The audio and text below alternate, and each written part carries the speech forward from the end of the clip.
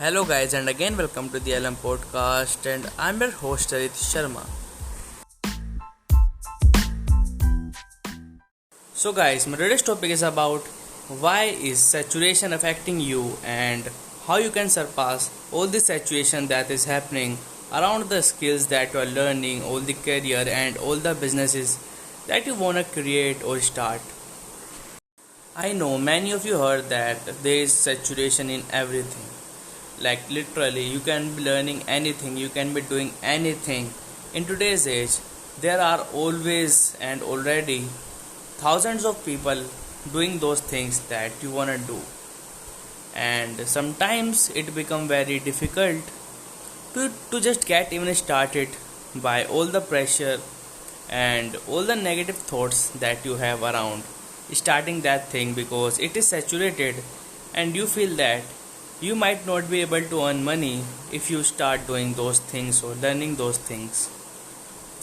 And you are right till a certain point, because there are thousands of people or even hundreds of thousands of people doing a certain thing or following a certain path, and it might become like really difficult for you to stand out. But the thing is that not all of those people, and I would say 90% of those people, will quit after a few months or even weeks.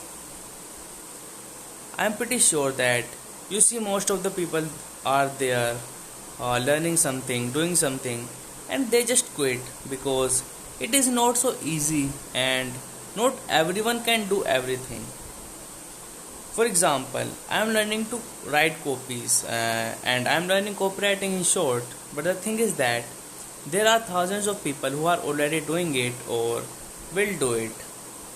But the thing is that I am able to stand out and I am better than them because I have been doing it for months now, and I will keep doing it till my life ends. But what about those people who have started and they have quit? Or what about those people who will quit in the future? So it is possible that it might be hard for you to stand out because of all the saturation, but the fact is that many of those people will quit along the way. If you just stick to those things long enough, you will be able to stand out, you will surpass all those saturations, and you will become good at whatever skill you are doing. For example, if I just do copywriting for a year or a two, I would have been ahead than most of the people that are doing copywriting, and I would be in the top 10% or the top 1%. Why? Just because I have become good at it after a few years, and I have been consistent in doing whatever I am doing, and I didn't quit. That's all that you need to stand out from all those people or to move past the saturation.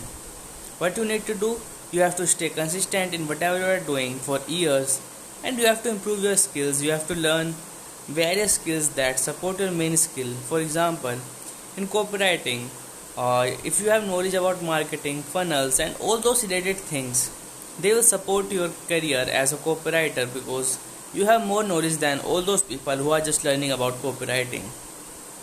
So you have to find ways to stand out. You have to be good at something to stand out. You have to master that skill to stand out, and you have to stay in that thing long enough to stand out.